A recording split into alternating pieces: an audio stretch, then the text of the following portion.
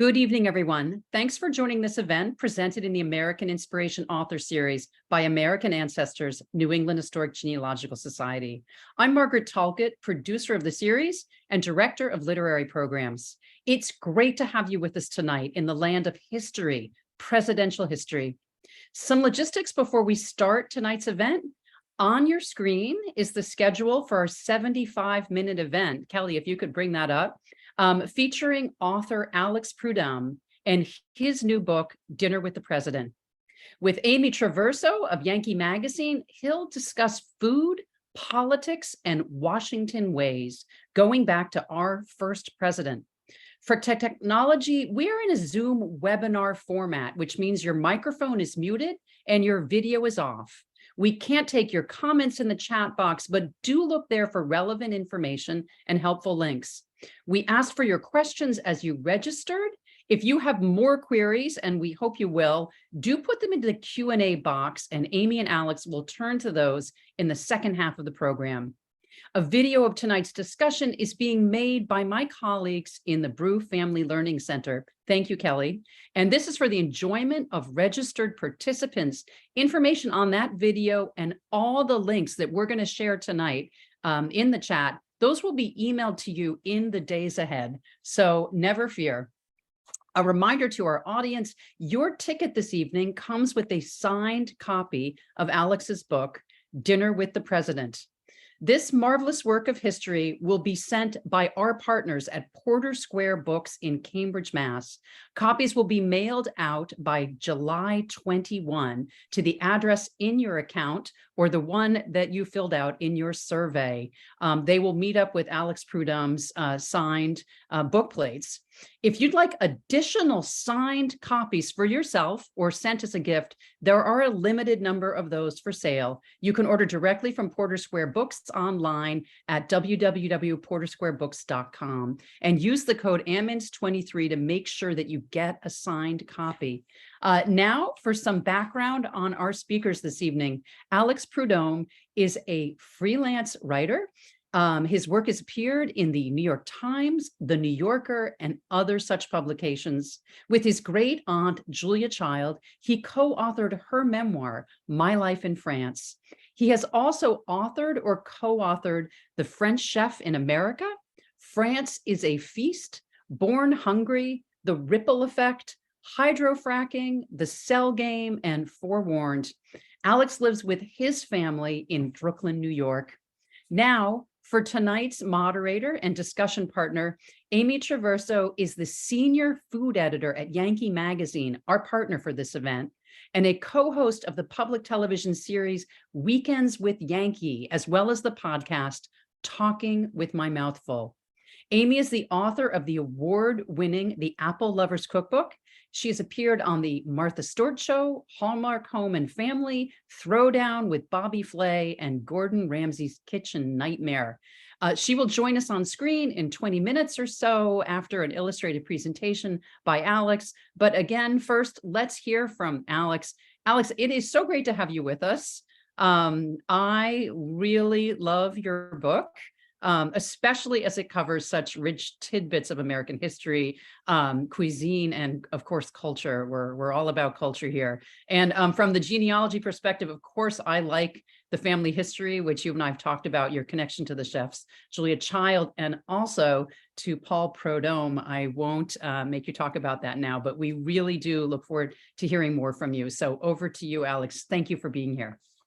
Thanks, Margaret. It's great to be here. And thanks, everybody, for coming. This is a great event, and looking forward to it.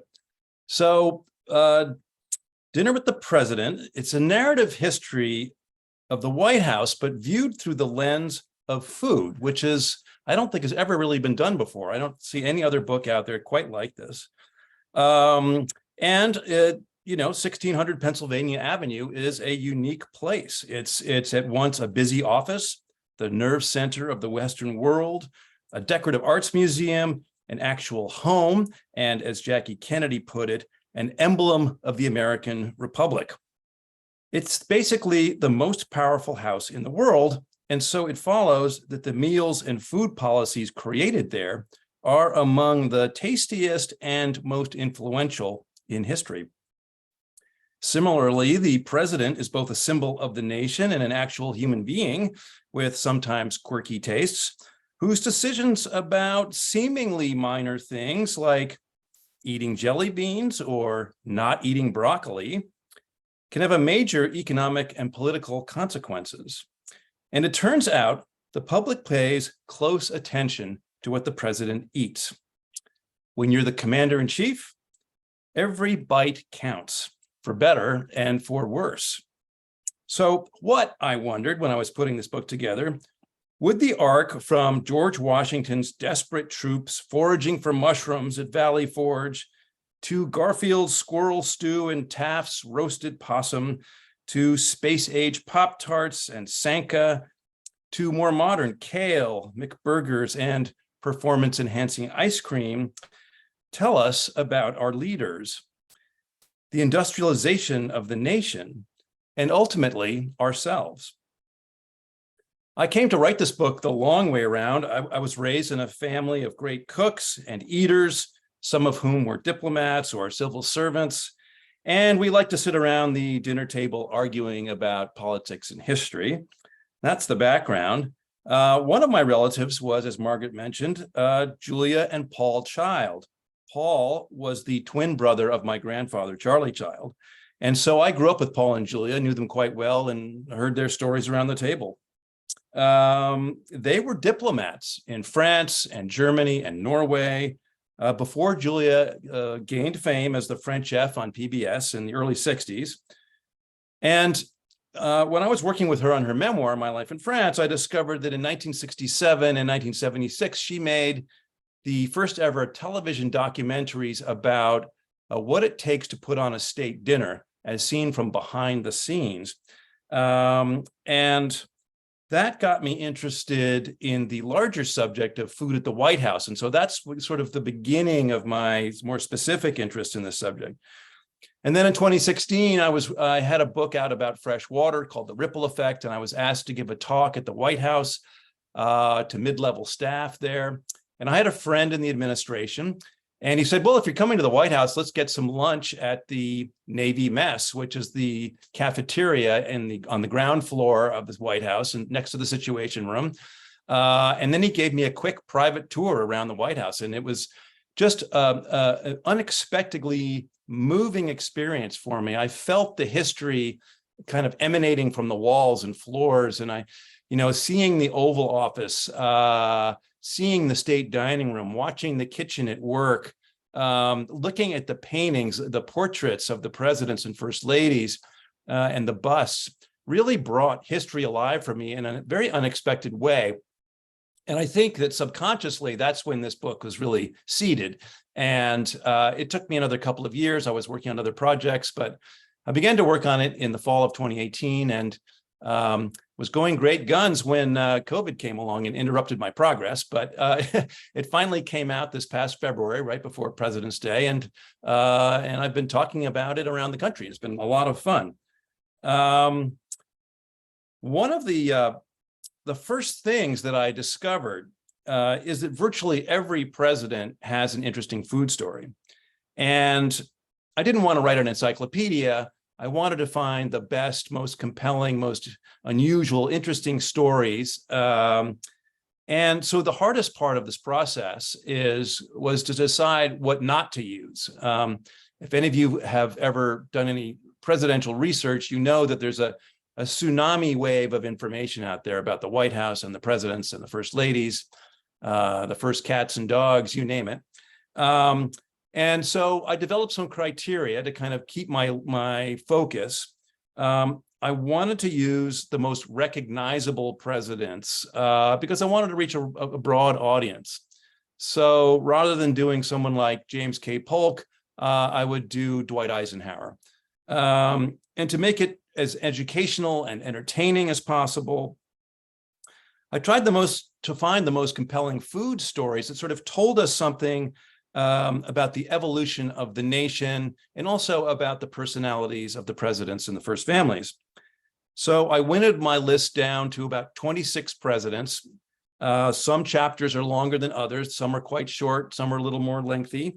And I tried to use each chapter to highlight different aspects of the food of politics and the politics of food at the White House, and to really bring out the personalities, because I think we as humans are always interested in other humans and in their characteristics.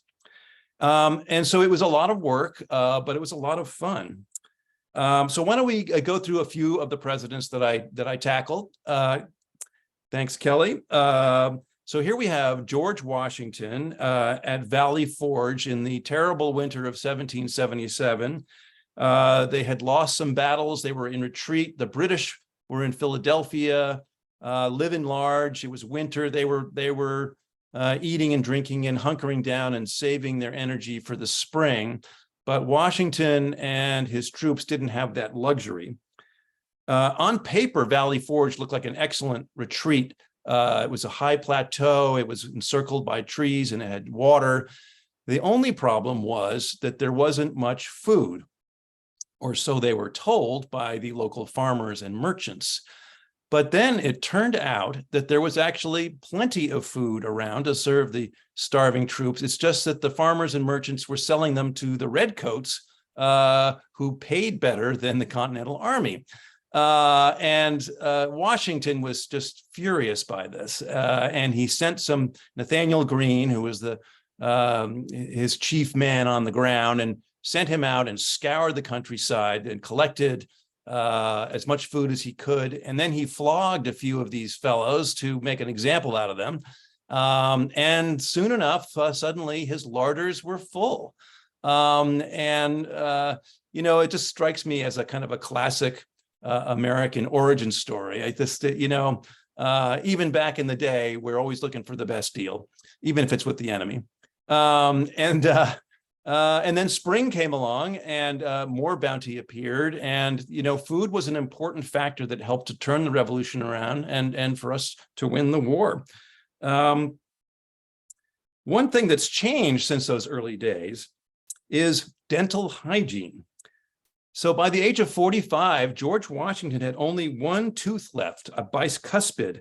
And this was due to bad genetics, a lack of toothpaste and toothbrushes, the grinding stress of war, and also because he liked to crack black walnuts with his teeth, starting from when he was a kid. And he relied on these dentures. They were pretty scary looking. They were made out of hippopotamus tusk, human teeth bought from slaves, lead, and gold wire. And they were painful to use, as you might imagine, so he preferred to eat soft foods like pickled tripe or hoe cakes. And the dentures were stained brown by the Madeira wine he liked to drink. People thought they were made out of wood, but they weren't. They were ivory. And they kind of were loose in his mouth. And the hero of the revolution, Washington, grew self-conscious. And you see his portraits, he's kind of clamping his mouth together. And he didn't like to smile. And now you know why. Our next president is Thomas Jefferson, the third president. He was a real epicure. He's considered our most epicurious president of all. He really understood how to use food and wine as a gastro-diplomatic tool, to keep your friends close and your enemies closer. And he was a bon vivant. He loved to host parties. He'd learned as the ambassador to France in Paris how to socialize both with the royalty and also with the revolutionaries. And he actually witnessed the French Revolution. He brought with him his slave chef, James Hemings, who he brought from Monticello, and trained Hemings at some of Paris's leading restaurants. And so Hemings, who was literate and could speak French better than Jefferson, became a highly skilled cook, a 3-star chef, really. But he was a slave back in America. And when they returned to Monticello, because of the revolution, the French Revolution, Hemings and Jefferson combined to build what became known as Virginia cuisine, which is really a fusion of indigenous ingredients like corn and turkey and cranberries, French technique, English recipes, African spices from the slaves, and some of their own inspiration. And this fusion cookery led to what we now call American cuisine, which has only become more polyglot today. So it's really fascinating to trace the beginning of a distinct American cooking. Jefferson's successor, James Madison, wasn't much of a socializer, but his wife, Dolly Madison, was famous for her parties, as particularly the things called Mrs. Madison's Wednesday night squeezes, a series of parties that were so popular that you had to squeeze into the door to get inside. And there she used her charm to gather intelligence, smooth feathers in those rough days in Washington when some people didn't even know how to use a fork, or other people were kind of aristocratic. She would broker deals and marriages. And when people's tempers flared too much, she'd give them a pinch of snuff from her snuff box. And so she almost single-handedly became the glue that bound Washington, D.C. together.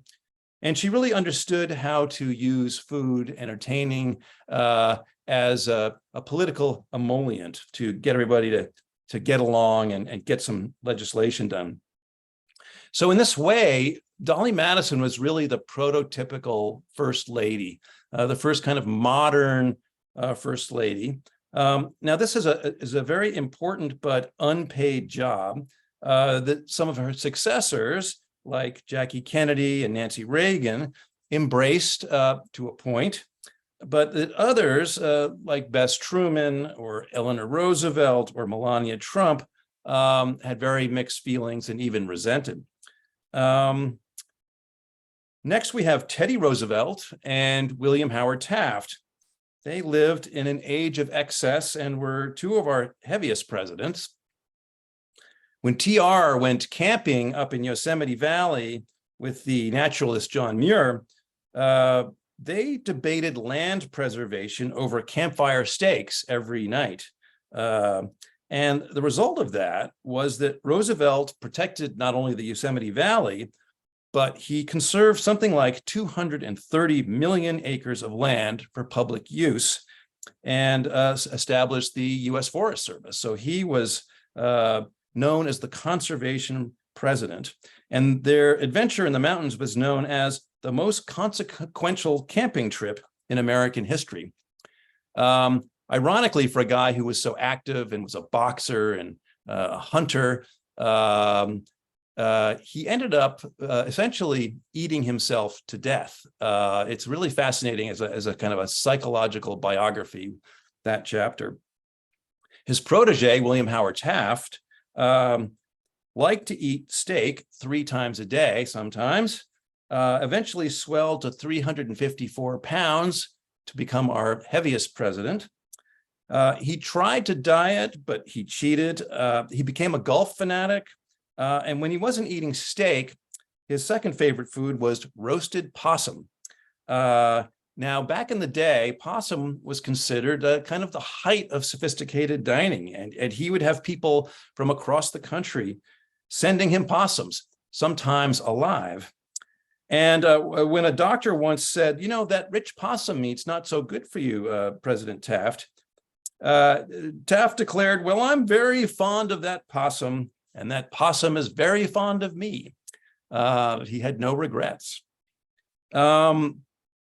Speaking of foodies, we have Franklin and Eleanor Roosevelt next. Now, they were a kind of a contradictory couple, very interesting people. He was a true gourmet who loved nothing more than to eat things like elk tongue or terrapin soup or special crayfish that had been flown in just for him, while Eleanor saw food as fuel. And she preferred to eat things like a dry toast with almond soup. And she didn't really want to be first lady, but she did understand the power of her bully pulpit. And she used that to encourage people to plant victory gardens during the war, to learn how to cook what she called economical meals. She took a scientific approach to ensuring people had enough calories, and she was quite outspoken about the critical role that women played during wartime. So the Roosevelt's conflicting diets practically guaranteed some marital tension, as you might imagine, which was made all the worse by their housekeeper, the dreaded Mrs. Henrietta Nesbit, whose servings of liver and beans 6 days in a row, canned vegetables and Jell-O salads earned FDR the kind of ironic reputation for serving some of the worst food in White House history, at least according to people like Ernest Hemingway, who were there. Now we move on to Dwight Eisenhower. I thought I knew who he was. I thought of him as kind of America's dad, this square-shaped general who you always saw in black and white pictures, looking kind of stern. But in my course of my research, I was just surprised to discover that he was really one of the most interesting and unusual presidents we've ever had. He was the hero of D-Day, who later became almost a pacifist and warned of the military-industrial complex. And in my humble opinion, he was the best presidential cook. As a boy, Ike learned how to hunt and fish and cook from an illiterate woodsman. He cooked for his family. When he was married to Mamie, she didn't go near the stove, so he cooked for his wife and kids. As a general, he always made sure that his troops were well fed, which was a decided advantage on the battlefield. And as president, he'd grill steaks and corn on the White House roof, or he'd make something called the two-day vegetable soup, which is absolutely delicious. I've made it, and does take 2 days to make and a couple of days to eat. And like Jefferson, he used food in a very canny political way. He'd invite leaders from across the country to join him for off-the-record conversations at the White House over dinner, where he'd prod them and try to find out what was really happening out in the heartland and what people were concerned about. And so he provided good eating, and it was smart politics. Now, in contrast to the Roosevelts, we have the Kennedys, who were really a complementary couple. He was the rich and handsome front man, but at heart, he was a chowder and ice cream guy. His wife, Jackie Kennedy, was a very sophisticated woman when it came to entertaining. She modeled her entertaining quite intentionally on Louis XIV, the Sun King in France, who famously used banquets to seal treaties, broker deals, incur social debts, and impress people. And Jackie hired a French chef called René Verdon, who was a wonderful cook. And with help from her father-in-law, Joe Kennedy, she raised the cultural bar at the White House to heights rarely equaled before or since. She really set a new standard. And food was a key part of that. Now here we have one of her famous dinner parties. This was called the Brains Dinner. And when Chef Verdon heard that he would be serving brains for dinner at the White House, he balked and said, "We can't do this," until the First Lady gently explained to him that it was a joke. The brains, so-called, were their guests. They were an unprecedented gathering of Nobel laureates. And you see there Pearl Buck on the left and Robert Frost on the right, flanking the Kennedys. Kennedy was assassinated, and Lyndon Johnson inherited the presidency. And he was known for his barbecue diplomacy and his civil rights chili. Here he is having some barbecue with the famous pitmaster Walter Jeton, a Texas legend. Now, LBJ had a formula for getting things done in the White House. He would often fly dignitaries out to his Stonewall Ranch in Central Texas, and to soften them up, he'd take them on a nice horseback ride around the ranch, bring them back to the house, give them a cold beer, maybe some ribs with cornbread and beans, maybe a little more beer, perhaps a shot of whiskey, and then he'd move in for the kill. Now I'd like you to pass that legislation or sign that treaty, he'd say. And it was a very effective strategy, particularly with the European leaders who were enamored of the myth of the American cowboy. The Johnsons also, even while at the White House, had a private cook, Zephyr Wright, who was a Black woman who made a fine dish called Pedernales chili. Pedernales is the river that runs through the ranch. And that dish proved so popular that people across the country started writing in asking for the recipe. And Lady Bird Johnson sent out recipe cards to people across the country. And they're still out there. You can find them. But Mrs. Wright faced a terrible discrimination when she drove from Washington, D.C. to Texas. And eventually she'd had enough of it. And she said to LBJ that she would never do that drive again. Now, the president was taken aback. He wasn't used to his private cook pushing back against him, but he thought about her dilemma. And when he signed the Civil Rights Act, he gave Mrs. Wright the pen, saying, "You deserve this more than anybody." So she pricked his conscience. She made him think. And I'm sure the chili had some helped her case too. The next president we'll talk about is Richard Nixon, a man who was just a bundle of contradictions. He ate quickly, didn't like small talk, hated state dinners, and ate this, what you see here, a dollop of bland cottage cheese on a pineapple ring with a glass of milk for lunch almost every single day. From my perspective, that's just odd. It was part of the California cuisine back then, and was popular, but it was very bland, and it was the same thing every day. And it was sort of interesting. It sort of tells you that he wants to control his environment. He wants to know what he's eating every day without any challenges. Yet in 1972, this same man flew to the other side of the world to eat exotic food with unfamiliar implements, attend a series of diplomatic dinners, and made small talk with people he vilified as communist Reds. Nixon was headed to China. Now, the trip made sense on paper. China was emerging from 22 years of isolation, and Nixon wanted to pry open its markets and isolate the Soviets while burnishing his own profile and building détente. And food plays a very important role in Chinese culture and was key to his mission. For the Chinese, as the Chinese saying goes, if you eat things of others, you will find it difficult to raise your hand against them. And I think that's true. Against the odds, Nixon wowed Chairman Mao and Premier Zhou Enlai and the US press corps that followed him there, who he loathed, in part by using chopsticks to eat unfamiliar things like chicken gizzards.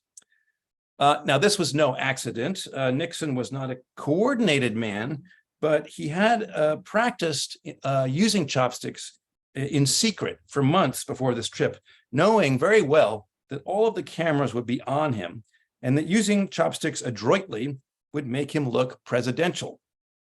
He was right about that. And he also drank toasts with a very powerful Chinese liquor called Mao Tai. Now, Nixon had a weak head for alcohol, and advisors like Henry Kissinger were terrified that with a little too much Mao Tai, Nixon would blow all of their carefully laid diplomatic and economic plans. But somehow the president pulled it off. Images like this of the president eating with chopsticks proved as important as the diplomatic work behind the scenes in building the détente with the communist Reds. And by the way, helped Nixon win his reelection in 1972. The trip also had the unintended consequence of setting off the modern Chinese restaurant craze in America. Jimmy Carter is our next president. Like Eisenhower, he was a farm boy who grew up cooking and was our second best presidential cook, in my opinion. He and Rosalind were proud of their Southern heritage and from Plains, Georgia.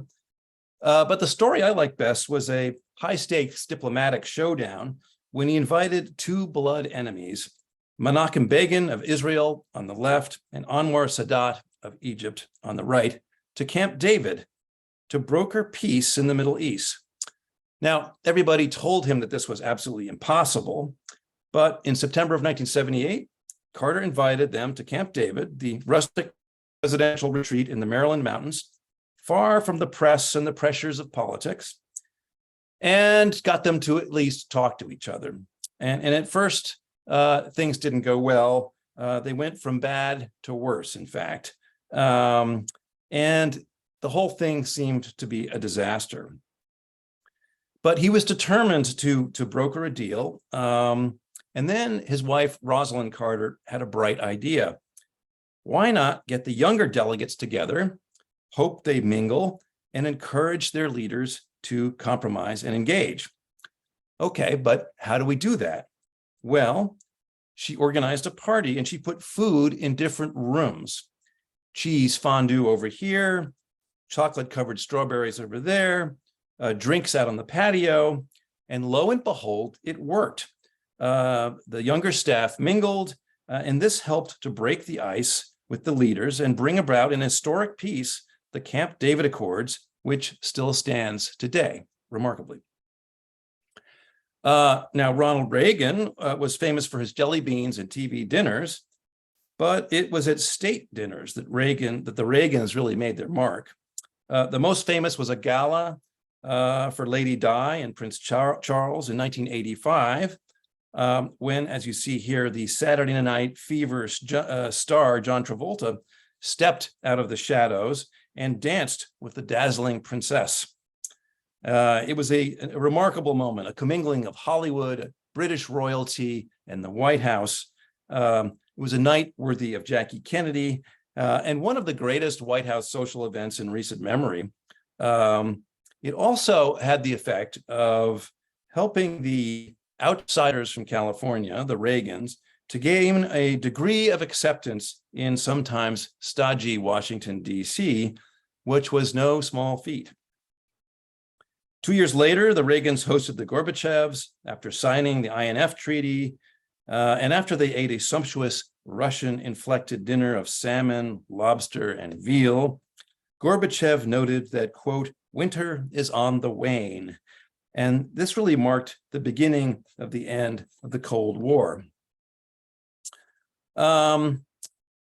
So that was the Reagans' most successful diplomatic dinner. And what those two dinners had in common was that food helped to bring about important diplomatic breakthroughs. So I could go on talking about all these presidents. I find these kinds of stories fascinating, but it's much more fun to just talk about them. So I hope I've whet your appetite for presidential food stories, and there are plenty more. So here we have Amy Traverso. Hi, Amy. Hey, Alex. I really enjoyed the book so much, and I just want to congratulate you. It was fascinating and engaging, and a window into history that I certainly hadn't had before. And I particularly agree with you about Dwight Eisenhower.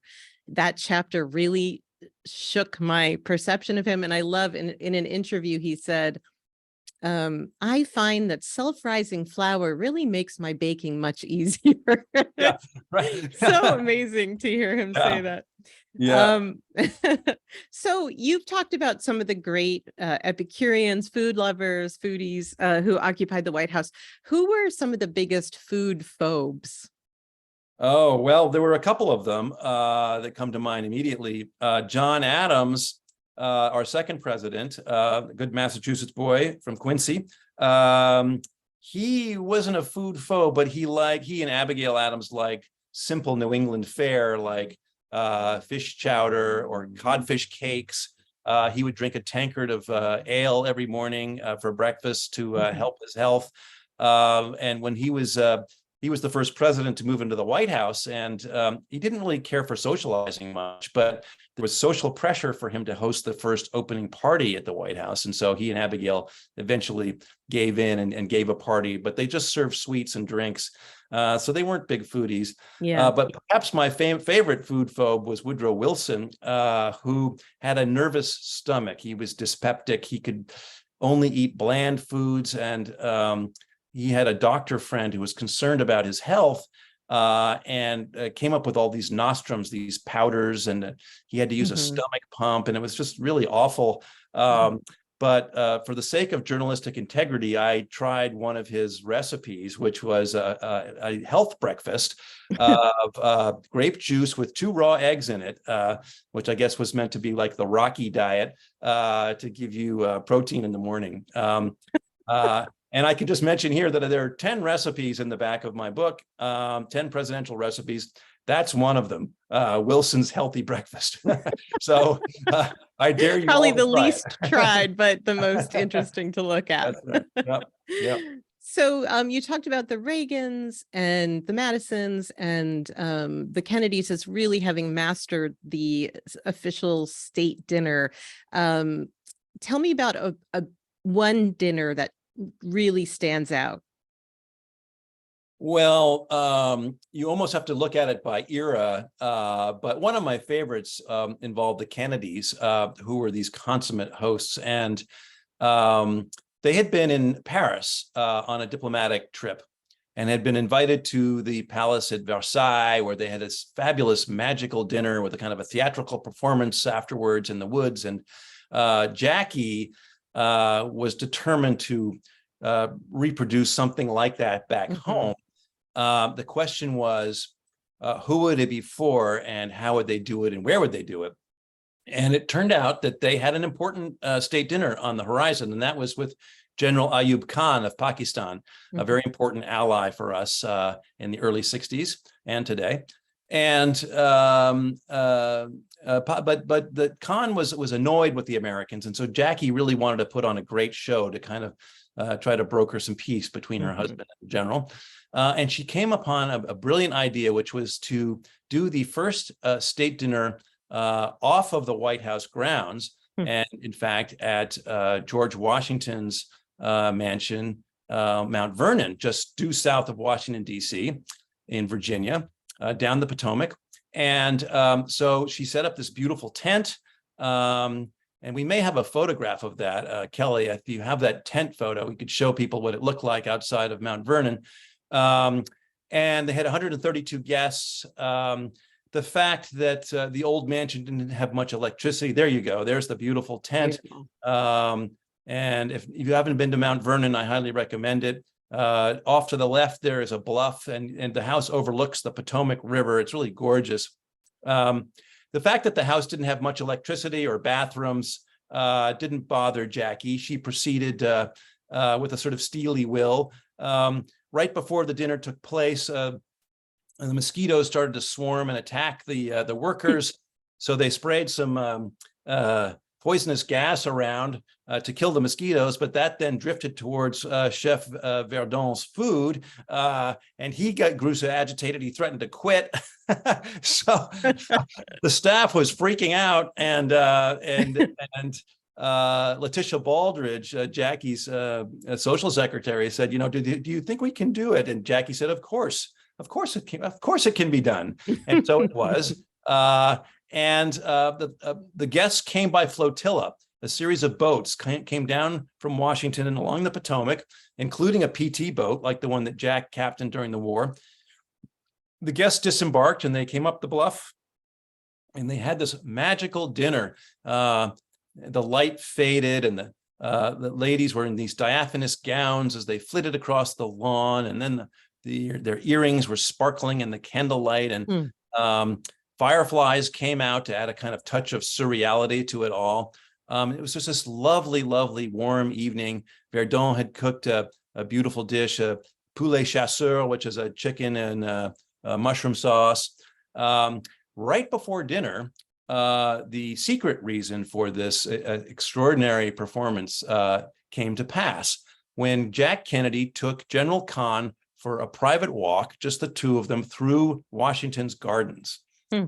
Now, Khan was annoyed with Kennedy because Kennedy had given $1 billion in aid to India, who was Pakistan's sworn enemy, and hadn't warned Khan, and Khan was furious about this.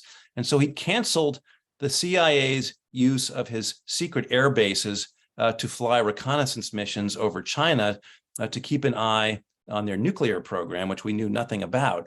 And this left the CIA blind, and we were panicking. And so whatever Kennedy said that night must have charmed Khan, and Jackie's beautiful mise en scène certainly didn't hurt. And Khan was seduced, and he reinstated the CIA's use of the airfields, not only to spy on China, but also to drop Tibetan insurgents into Tibet. So there was this great kind of combination of diplomacy, CIA skullduggery, and this beautiful dinner that Jackie produced. And this is the kind of thing that happens at state dinners, which we only learn about later. There's always an important economic or diplomatic reason for these things. And so I just love that story because it's one of those dinners that stands out as really unique.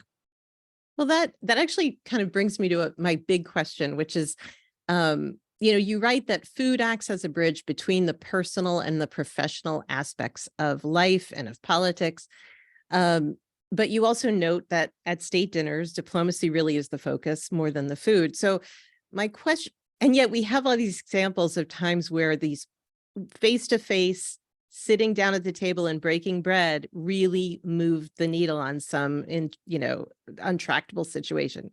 And so my question is, how much of it is about the act of eating, and how important is the quality or the style of the food itself? Great question. It depends on your perspective. From my perspective, it's all of the above. I think the act of eating, it's a primal human activity. We all need to eat to survive, of course. But also, it turns out that we are biologically engineered to like to eat together. I did some research on this for the book, and it turns out that when we eat as a group, it releases endorphins, the feel-good chemicals that reinforce our good behaviors. And so if we eat together, we start feeling good, that we want to do it again. The table has traditionally been the place, a neutral space where we put our weapons aside. We have frank conversations. We broker deals. We sign treaties. We arrange marriages. As Jefferson did, you keep your friends close and your enemies closer, and you gather intelligence on what's happening. And so the food becomes the excuse for a lot of other things.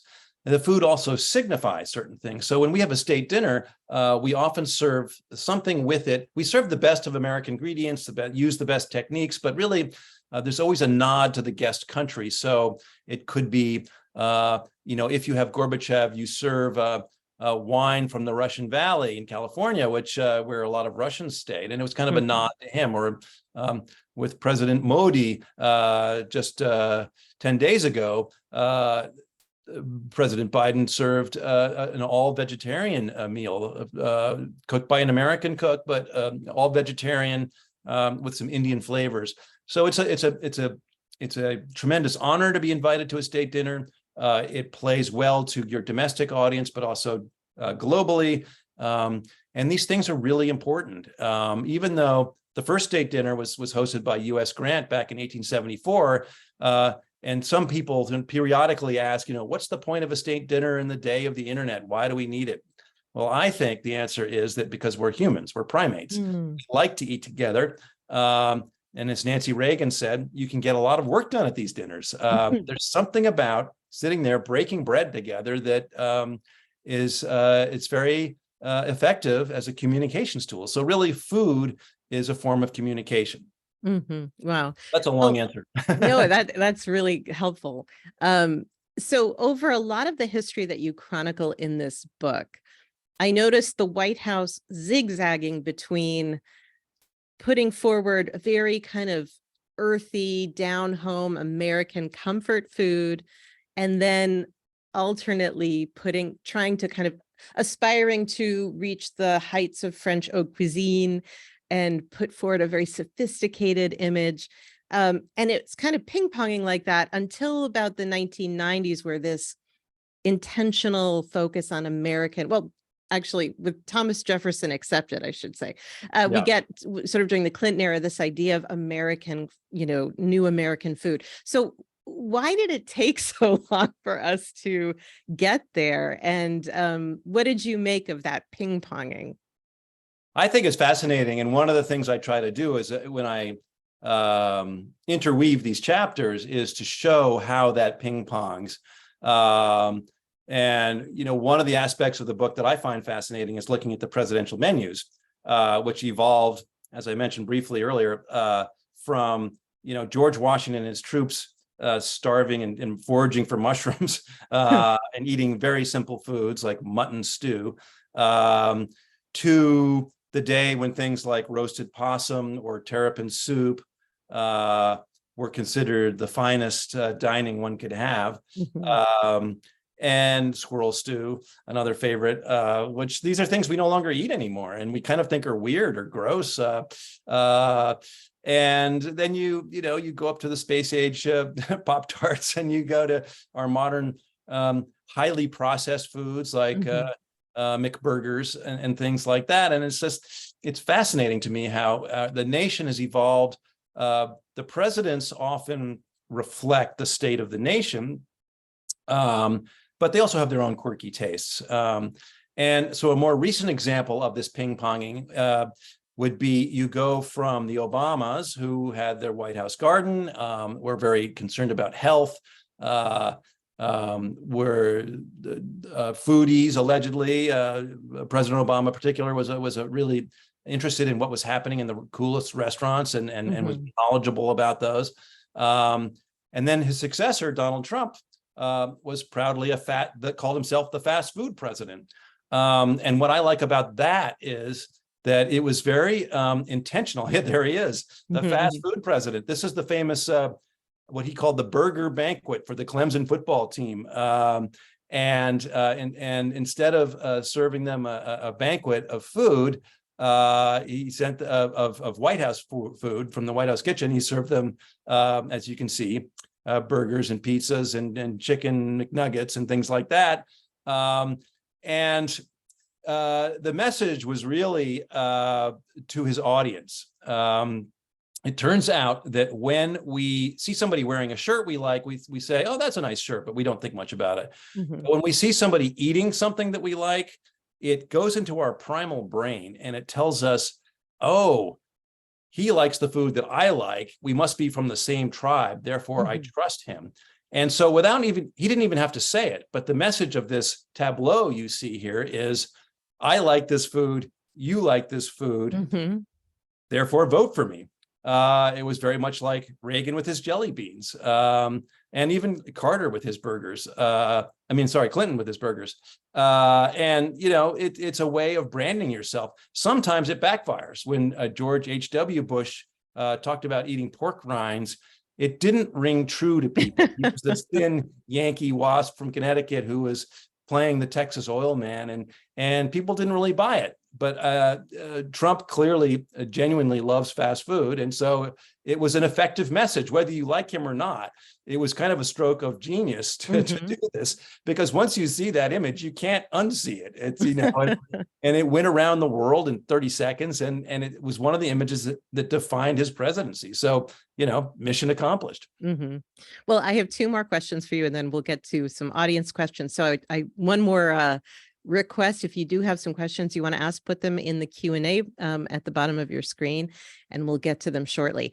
Okay, so are there any White House recipes that have survived across administrations that are so much a part of that building that they get pulled out for every administration?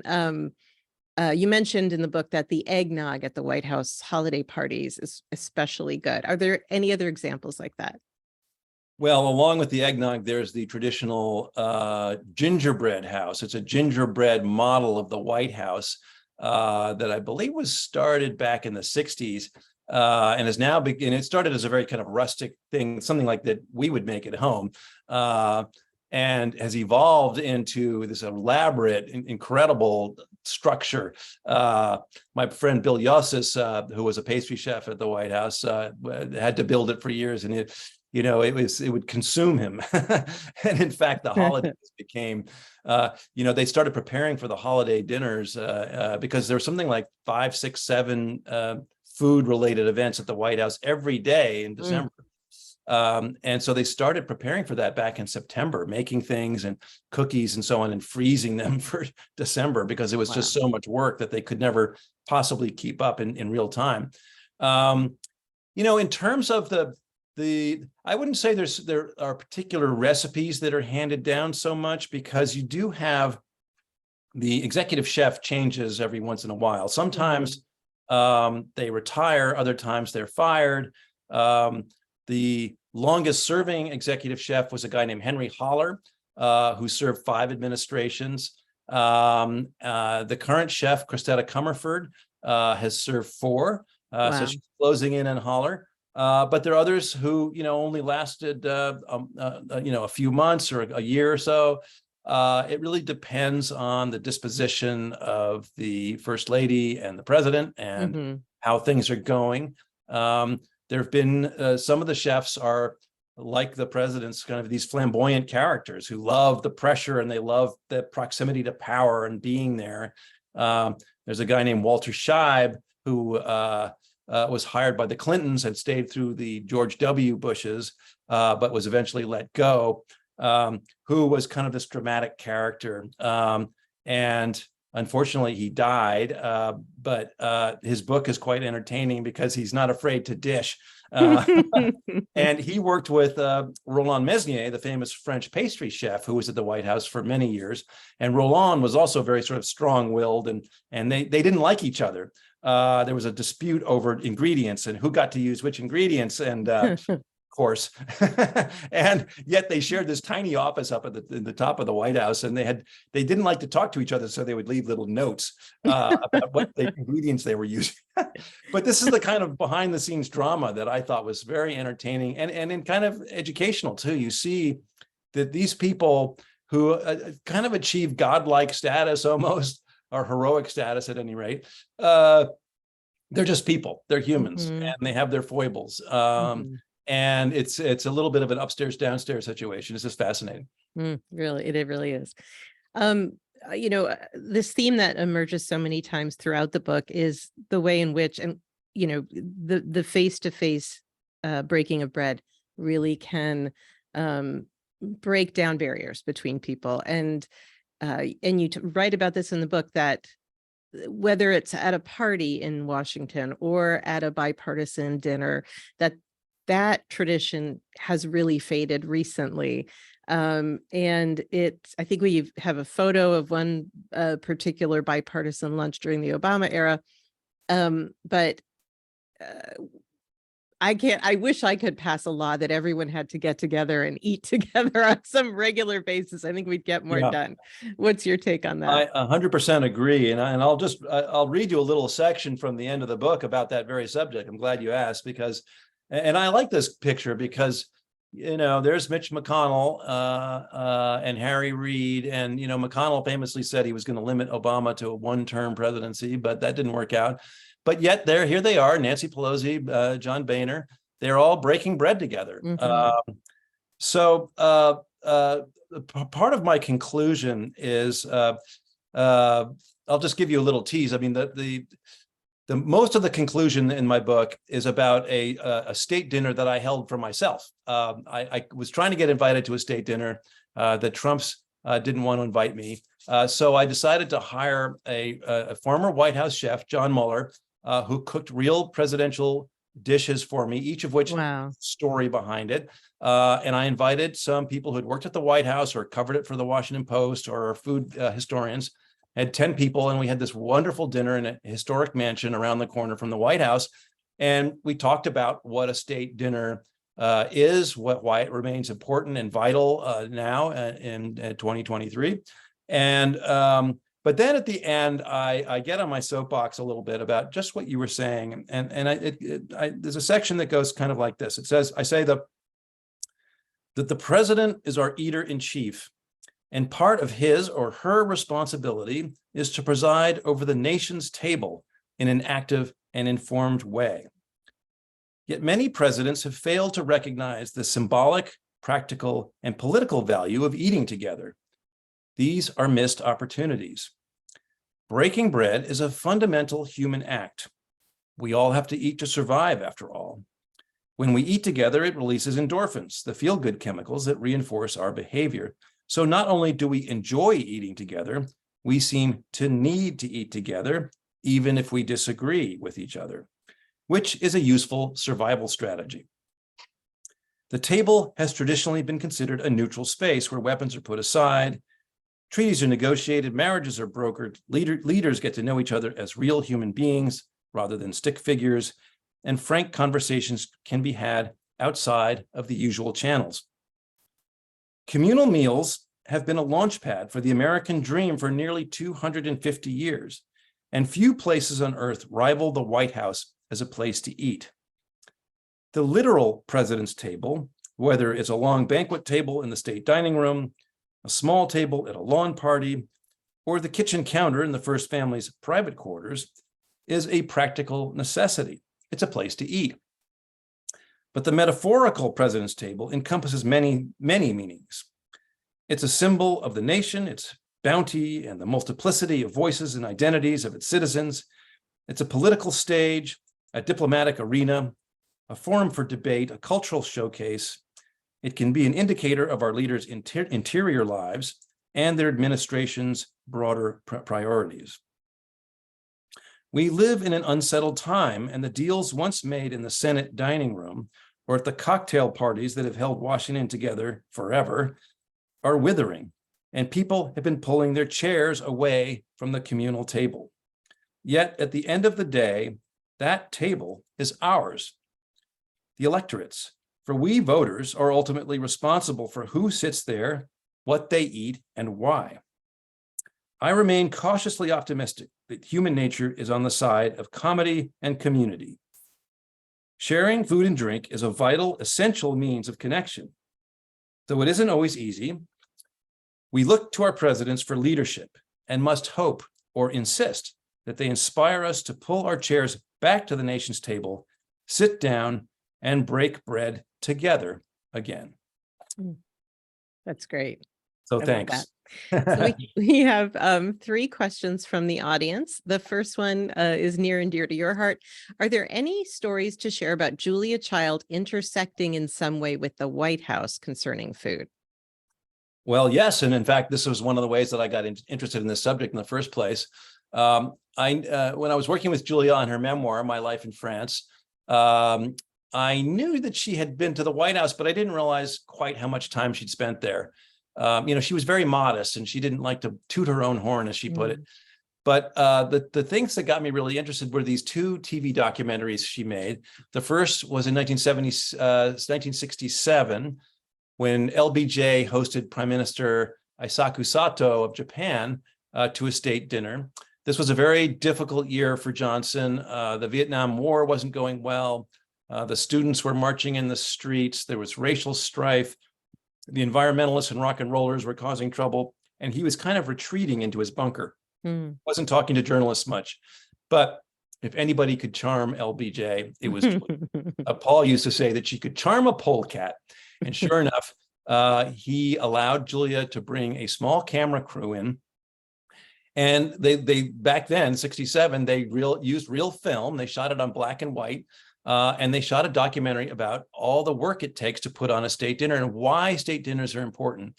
And as former diplomats who are also gourmets, Paul and Julia really understood the value of these state dinners. And so they were kind of these wonderful, there you go. There's Julia with Chef Holler. The night of the LBJ dinner, Tony Bennett sang as the guest entertainer, and he got so excited that he ripped off his jacket and tie, and he really belted his spoons out. And in the film, you can see Sato and LBJ laughing and getting along as human beings. And Julia's voiceover, she says something like, well, this is what it's all about. These guys get to know each other as humans. And it's called White House Red Carpet, and you can find it online, and I highly recommend it. It's a black and white documentary. Now, this picture is from 9 years later, 1976, when she went back to the White House. Gerald Ford was running for re-election against Jimmy Carter. It was the bicentennial, 1976, and it was a very special occasion. And so the Fords hosted a dinner that they held under a big white tent set up over the Rose Garden. Because it was such a big deal, everything was meticulously planned down to the last second. And then the fates intervened. About an hour before everything was supposed to kick off, a terrible rainstorm swept in off the Potomac and drenched everybody, knocked over the TV cameras. Julia's hair was a mess, and she had to go back and change her dress. But the dinner went on. And this is a shot from one of the little mini docs that they did during that time when she's visiting Chef Henry Holler in the kitchen, and he's showing her this delicious lobster remoulade that he's made with caviar. And it was an amazing dish. And Julia, you can imagine she's oohing and eyeing here. My favorite detail is if you look closely, you'll see she's wearing bare feet. Because she stood about 6'2", and Holler stood about 5'5", and she didn't want to tower over him too much. Even with the toque, he's looking it's hilarious. well next to her. So the dinner went on. Julia noticed that Bob Hope's jokes weren't too funny. The Marine band inadvertently struck up "The Lady is a Tramp" when the president was dancing with the president. And then the entertainer was the captain and Tennille, who were warbling about muskrat love, which Julia deemed rather unqueenly. But at the end of the day, she had a great time because, as she said, here we are at the White House with the Queen of England, and I just feel like a lucky girl to be here.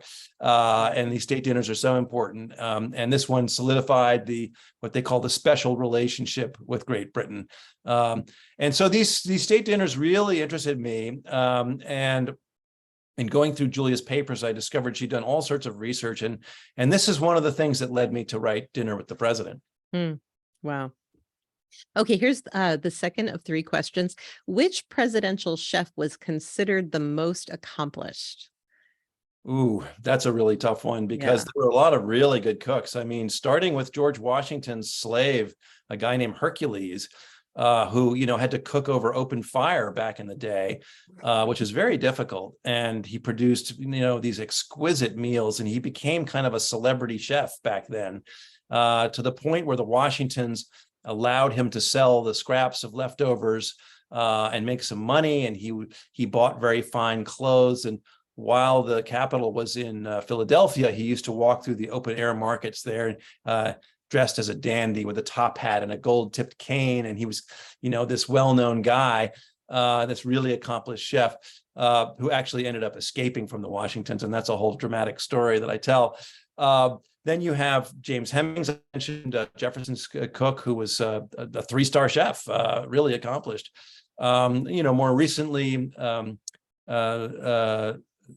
U.S. Grant had a guy named Valentino Mela, who was a Sicilian-born, was an orphan, came over to this country, had trained in hotels, was a really superb cook, and used to produce these 32-course meals, paired with delicious wines. And one of his soups was said to taste like the tongue of a peacock.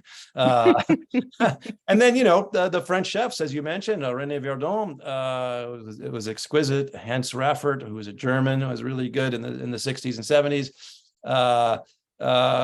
Cressida Comerford, who's there now, a really accomplished cook. She comes from the Philippines originally, but highly trained. But she was happy to make George W., a ham and cheese sandwich, or she would make, some exquisite state dinner, and she could do it all. And so I hesitate to say that there's anybody who was one chef better than another. I think you have to look at it in terms of the eras of when they were cooking, what their ingredients were, what their tools were, what their techniques were, who they were cooking for, because ultimately it's the first lady and the president were their prime customers. And so, some first families have exquisite taste and others do not. Mhm. Just to give credit where credit's due, you note in the book that for many of these chefs, it really was a form of service because they could have made a lot more money outside the White House. It's not the best paying job. And True. they go in True. there for the love of their country and the love of being there. Yeah, yeah, and there are many celebrity chefs who've been asked to be White House chefs, and they've turned it down because it's simply not the lifestyle that they want, or the paycheck. Yeah. It's a high pressure job, but then there's some mundane times, and then there's things like the holidays, and and you don't get paid that well. But for the right person, it's the right job. So our last question is, it reads, what do you know about the menus Putin's chef put together, even though it's not a subject of your book? Putin's chef. I don't know much about that. Sorry to say. Yeah. I know that President Xi of China went and had dinner with Putin at the beginning of this year as a sort of sign of solidarity. And this shows you that state dinners aren't just an American phenomenon. They're a global phenomenon. In fact, Narendra Modi, the India Prime Minister, just had dinner with Macron in Paris and was given an exquisite vegetarian meal there, cooked à la française. So I don't know specifically. I mean, Putin is a Russian, and there's a sort of a specific Russian diet that tends to favor a lot of fish, sometimes big roasts. Certainly the starch is often potatoes and bread. Toasts are made with vodka. And again, it's sort of a ritualized dinner. There is a section of the book where I talk about the Big Three meeting between Churchill, Roosevelt, and Stalin, and how they began to compete with each other with their meals, and what the meals told us about the dynamic between the three of them. And it's a pretty fascinating little section, I think, because this was during the war. They were teaming up against Hitler, but they were also kind of rivals with each other. Stalin and Russia were the Soviet Union were ascendant at that point. Churchill and Great Britain had been battered by the war. They were kind of in decline. Roosevelt was really the impresario. And the meals that they chose to serve, where and how, with who, is kind of fascinating. Wow. Well, that's it for the questions. So I think you were going to give a reading now. Well, I gave that little reading, I think, about how I ended the book. So how about the Paul Prud'homme question? Could we sure. Well, ask how you're, many of us are genealogists here on the call. So we would love to hear a little bit about that side of the family, or how you connected. Well, not surprisingly, I have a story about that. Paul Prud'homme, for those who don't know, is a famous Cajun chef from New Orleans. He was known as Chef Paul. He weighed 350 pounds, just right behind President Taft. He got around on a little scooter. And he had a restaurant here briefly in New York. And I went to visit him, and I introduced myself. I said, first, he insisted on buying me what he called a Cajun martini, which is a bell glass jar about this big, full of booze. And he slugged his back, and I timidly sipped mine. And I said, Chef, I'm a Prud'homme, you're a Prud'homme. Do you think we're related way back? And he said, well, you spell your name with an apostrophe in the middle, P-R-U-D apostrophe H-O-M-M-E. That's a contraction. That means it's two words put together. That means you're a prudent guy. You're a smart dude. And I was like, And he said, but I don't use an apostrophe. It says P-R-U-D-H-O-M-M-E. That means stubborn mule. And I was like, all right, I'm pretty stubborn. You're pretty smart. I think we got to be related way back. And we agreed, and we toasted to that. The Prud'hommes were Huguenots. They were the counselors to the King of France. So they were kicked out of France after the Revolution. They probably didn't do a very good job in advising the king. And so there are Prud'hommes all over the world, and none left in France now that I'm aware of. My group went, my great-grandfather went to Belgium and became a famous engineer, and he was sent to China, where the Belgians had a protectorate at that time, and he was the chief engineer of the Peking to Hankow Railway and invented the floating railway bridge.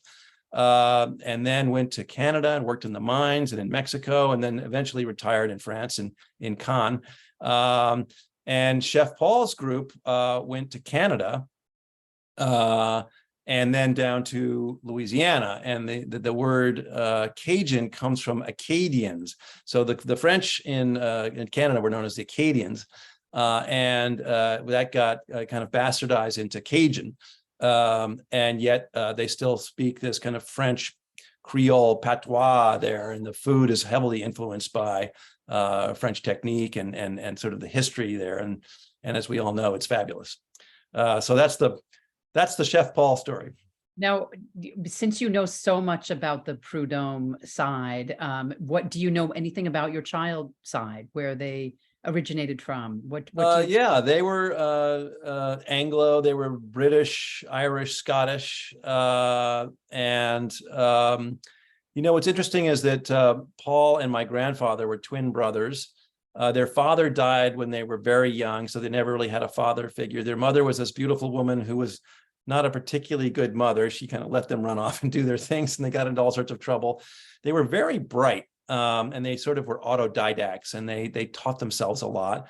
Charlie went to Harvard, Paul went to Columbia, but then the money ran out, and so they left their schools, and Paul ended up doing odd jobs and worked on ships that sailed around the world and around the coast to California, where he worked in Hollywood as a set designer. He was a wonderful painter and photographer and writer, and became a teacher. Lived in France in the 1920s, knew Hemingway and Gertrude Stein, became a gourmet before that was trendy, became a wine guy. World War II came along, and he was sent to Sri Lanka, where this tall, loud woman in the next office, who was 10 years his junior, named Julia McWilliams was, and they kind of met cute. She didn't like his mustache.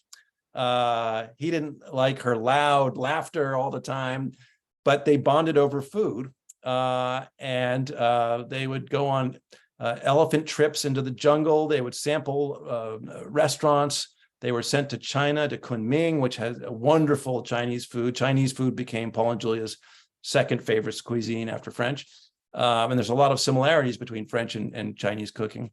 And so it was a wartime love story. And then after the war, Paul he was fluent in French, and so he was sent to France as a diplomat. He was a cultural attaché there, in charge of bringing American artists over to Paris to work as a sort of soft power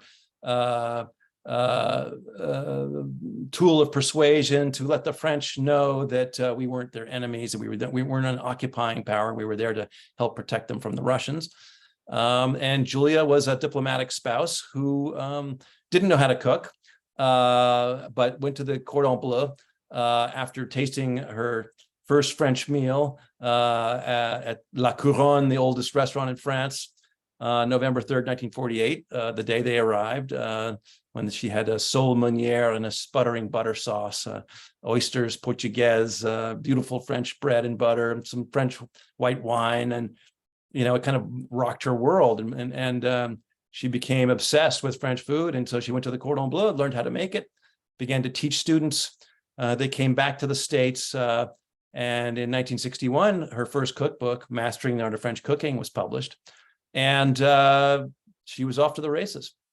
And Amy, you have done a lot of research on Julia Child. Is that right? We're just wrapping up here quickly, but you have been a real expert on this topic. And we do have some great links we're going to send around about where Julia hung out in Cambridge, and some of other videos and things. But Alex, your My Life in France with Julia Child was remarkable. And I enjoy reading it and rereading it. And we just in my house saw Julie and Julia again. And I don't think your great aunt liked that movie much, but the rest of us thought it was charming. So sadly, she didn't live to see the movie. I think she would have loved it. She died halfway through the process of writing her memoirs, so I had to finish it in her voice. And then My Life in France came out. We didn't know how it would do. It did pretty well. And then Nora Ephron and Meryl Streep and Stanley Tucci made Julie and Julia, which the Julia part of that movie was based on our book, on Julia's memoir. And the Julie part of that book was based on Julie Powell's book, which was called Julie and Julia. And Julia allegedly didn't approve of Julie Powell's food blog. I think that's where you're thinking of. Okay, good. That's what I'm And like the movie. but I never heard her complain about Julie Powell. Yeah. I think that was slightly overblown, but it was a good dramatic moment. Meryl Streep was wonderful at it, and I had the good fortune. I was an extra in the movie. If you blink, you miss me. But I got to advise Nora Ephron on the script, and I got to meet Meryl Streep, and I became friendly with Stanley Tucci, who's still a friend, and he actually blurbed Dinner with the President for me, for which I'm eternally grateful. And it was just a great experience. I think Julia loved movies, and she loved people like Meryl Streep. So I think she would have loved it.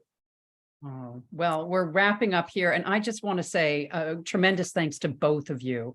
I agree with you heartily about breaking bread over difficult conversations. And as a mother, I can tell you it works with warring toddlers, and it also works with sulky teenagers. So it's a good thing dining, and we are grateful for you guys for sharing this. I do want to remind folks in the audience that they will be getting a copy of Dinner with the President, signed by Alex Prud'homme. Our partners at Porter Square Books in Cambridge, Mass. will send those out priority mail by July 21. And if you'd like additional copies signed by Alex for yourself or send as a gift, they can send them anywhere in the US. A limited number of those are for sale, so you can order them directly from Porter Square Books. Use the code AMINS23. And I just want to say that my organization, American Ancestors, NEHGS, is really delighted to present it this evening. If you're researching a time in history, a person or a family, we are here to help.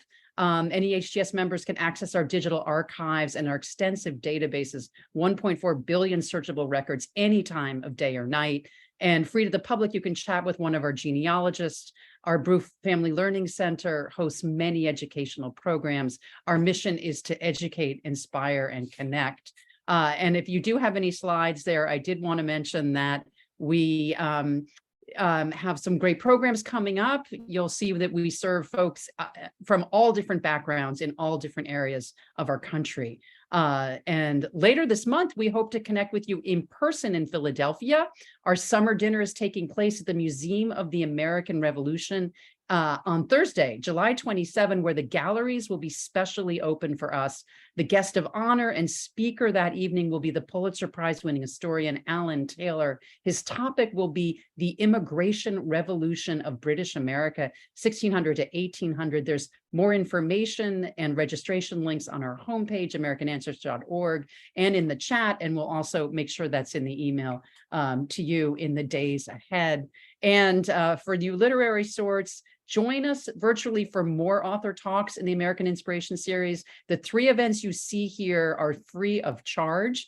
On July 18, we'll be joined by partners at the BPL, Boston Public Library, GBH Forum Network. We're presenting Leah Myers's book, Thinning Blood, a memoir of family, myth, and identity. This was reviewed in the New York Times a couple weeks ago.